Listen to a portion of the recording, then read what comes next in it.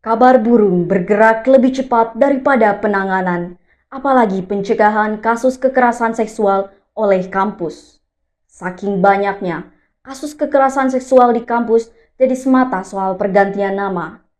Kampus jadi saksi relasi kuasa, dosen mahasiswa, senior junior, atau lelaki perempuan. Saya Soya, redaksi BPPM Balairung, dan ini Sorot Balairung.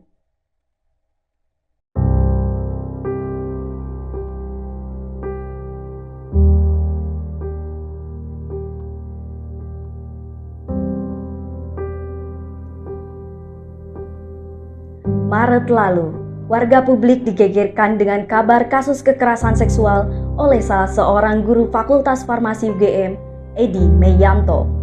Ia terbukti telah melakukan kekerasan seksual pada 15 korban dengan total 33 kejadian.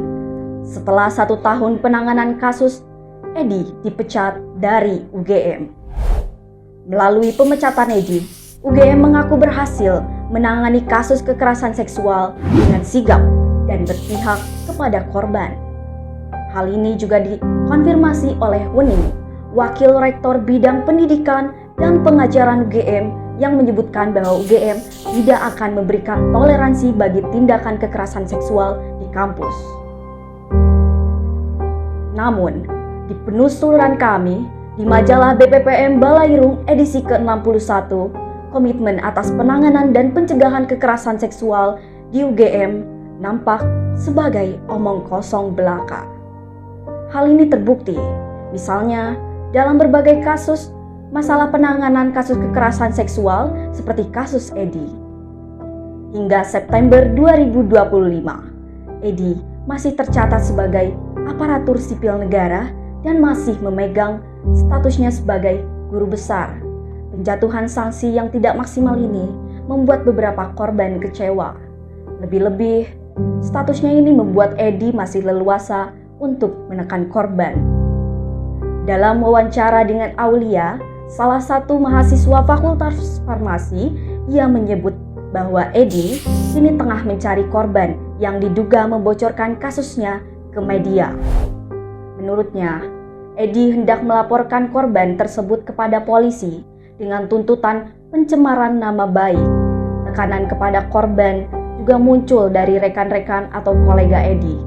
Beberapa di antaranya menyayangkan laporan korban dan beberapa yang lain mengungkit-ungkit balas budi yang dianggap seharusnya dilakukan para korban. Kolega-kolega Edi yang lain di bawah Forum Penegakan Etik Lintas Perguruan Tinggi atau kita sebut FPE-LPT pada 30 April 2025 menerbitkan sebuah buku putih dengan judul Tinjauan Budaya, Akademik, dan Yuridis terhadap kasus EM sebagai bentuk pembelaan terhadap Edi. Di buku putih yang berjumlah 33 halaman itu, FPE-LPT mempersoalkan pemberitaan Tempo yang dianggap tidak memberikan peluang yang proporsional bagi Edi dalam pemberitaannya. Di dalamnya, FPE-LPT khawatir penyajian berita semacam itu telah menjadi risiko reputasi dan membuat EM berada pada posisi yang tersudut. Padahal, persoalan ini sudah terang dalam berita Tempo itu sendiri, bahwa Tempo telah berupaya mewawancarai Edi, tetapi tidak kunjung mendapat respon. Tekanan dari rekan dosen Edi, juga FPE-LPT, nyatanya diperburuk dengan sikap Fakultas Farmasi yang tidak berupaya menghubungi para korban. Pihak fakultas justru berupaya mempertemukan korban dengan Edi untuk menyelesaikan masalah secara kekeluargaan. Libra, seorang pendamping korban, mengatakan bahwa dekanat Fakultas Farmasi baru melaporkan kasus kekerasan seksual Edi Meyanto kepada Satgas PPKS UGM setelah Satgas PPKS sendiri mencium kasus tersebut.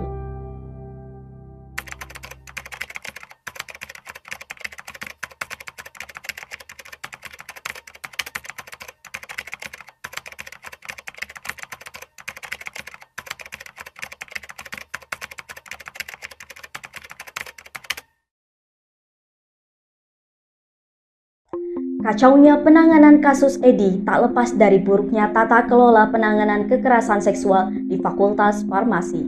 Dalam wawancara dengan Sylvia Utami, Koordinator Kelompok Kerja Pencegahan Pelecehan Kekerasan dan Perundungan Health Promoting University atau HPU Fakultas Farmasi, Sylvia menyebutkan bahwa HPU Fakultas Farmasi baru dibentuk pada 2 Januari 2025 selepas penanganan kasus Edi sudah naik ke meja Satgas PPKS UGM. Padahal, sejak tahun 2021, melalui surat edaran Rektor nomor 3830-Uni.P SDM PR 2021 tentang implementasi HPU, UGM mewajibkan setiap fakultas untuk membentuk tim HPU. Yang lucu, bukannya dibentuk sebagai komitmen pencegahan kekerasan seksual, Sylvia sendiri menduga HPU Fakultas Farmasi dibentuk untuk kepentingan akreditasi internasional. Ini terbukti dalam pembentukannya HPU yang berjarak tidak jauh dari masa akreditasi yaitu 15 Januari 2025. Terlambatnya pendirian HPU ini sudah barang tentu membuat informasi mengenai pencegahan dan penanganan kekerasan seksual terkendala. Meski begitu, Sylvia menyebutkan bahwa seharusnya mahasiswa dapat mengakses informasi melalui secara mandiri. Namun, menurut Aulia, ia tidak tahu menahu secara pasti pihak yang berwenang dalam penanganan kekerasan seksual yang ada di farmasi. Selain di Fakultas Farmasi, persoalan penanganan kekerasan seksual juga terjadi di Fakultas Kedokteran Hewan atau FKH. Meski telah memiliki HPU di fakultas sejak tahun 2022, HPU FKH baru aktif menangani kasus kekerasan seksual sejak paruh kedua tahun 2024. Dalam wawancara dengan Wakil Dekan Bidang Akademik dan Kemahasiswaan FKH, Agung Budianto, ia mengaku bahwa pihak fakultas telah secara rutin menyalurkan informasi penanganan dan dari Satgas PPKS kepada korban dan turut memberikan saran kepada Satgas PPKS untuk mempertimbangkan kondisi korban dan pelaku. Nahasnya, beberapa pertimbangan yang diberikan Agung justru cenderung memihak pelaku dengan semata mempertimbangkan kepentingan pelaku. Hal ini terang dalam salah satu penanganan kasus di FKH. Agung sendiri mengaku pernah mengajukan pertimbangan keringanan sanksi bagi pelaku dengan alasan pelaku memiliki gangguan psikologis, telah merasa menyesal, dan korban pun telah memaafkan. Dinda, salah seorang mahasiswa FKH, justru mengatakan sebaliknya. Menurutnya, dalam kasus tersebut, korban tidak pernah memaafkan pelaku. Keputusan untuk memberikan keringanan bagi pelaku, menurut Dinda, justru berdampak pada berulangnya tindakan pelaku. Dinda juga mengungkapkan bahwa terdapat korban dari kasus lain yang belum mendapatkan kejelasan terkait perkembangan penanganan kasusnya. Sejak pertama kali melapor pada tahun 2024, pelaku tak kunjung ditemukan. Ini menurut Dinda tentunya membuat korban merasa terganggu karena pelaku masih juga berkeliaran di fakultas. Buruknya upaya pengentasan kekerasan seksual di kampus tidak hanya nampak pada penanganan kekerasan seksual oleh UGM. Eksekusi pencegahan kekerasan seksual yang selama ini digalakkan oleh UGM nyatanya juga setengah hati.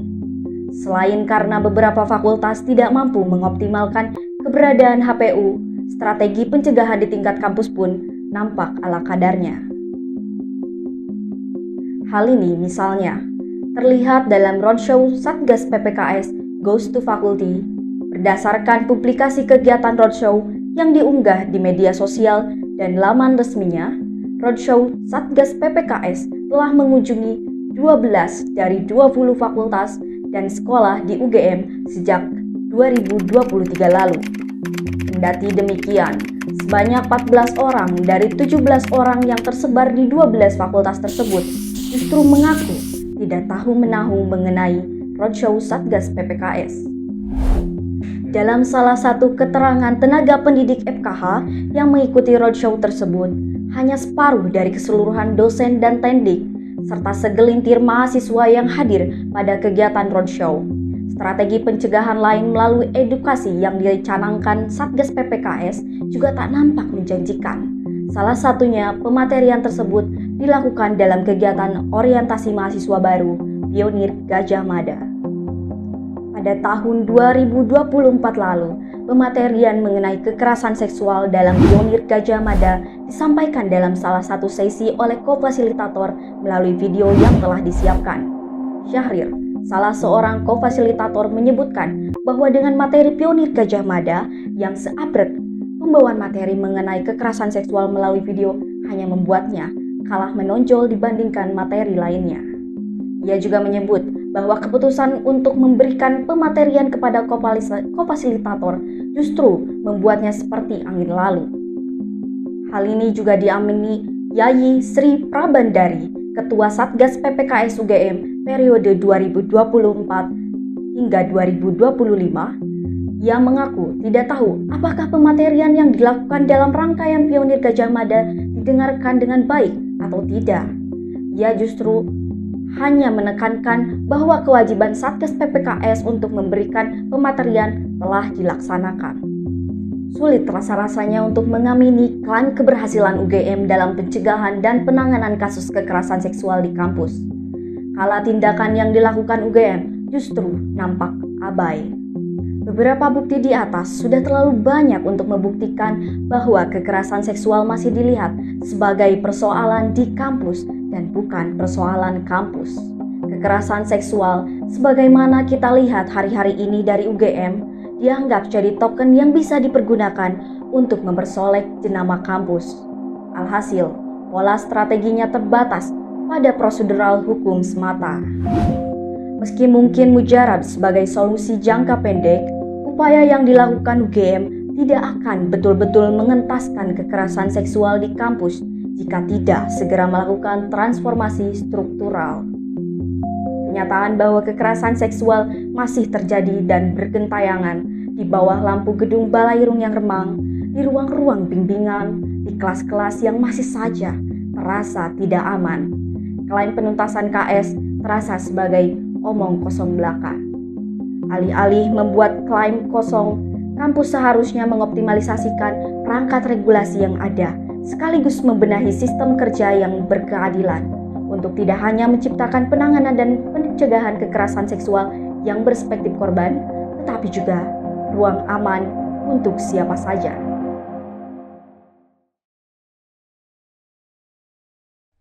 Untuk tahu lebih lengkapnya, Anda bisa membaca majalah BPPM Balairung edisi ke-61, Kampus Kita Belum Aman, secara gratis dengan menekan tautan di bawah. Anda juga bisa mengikuti kabar-kabar terbaru mengenai UGM, Yogyakarta, maupun nasional dengan mengakses laman kami di balairungpress.com dan melalui Instagram kami @bppmbalairung.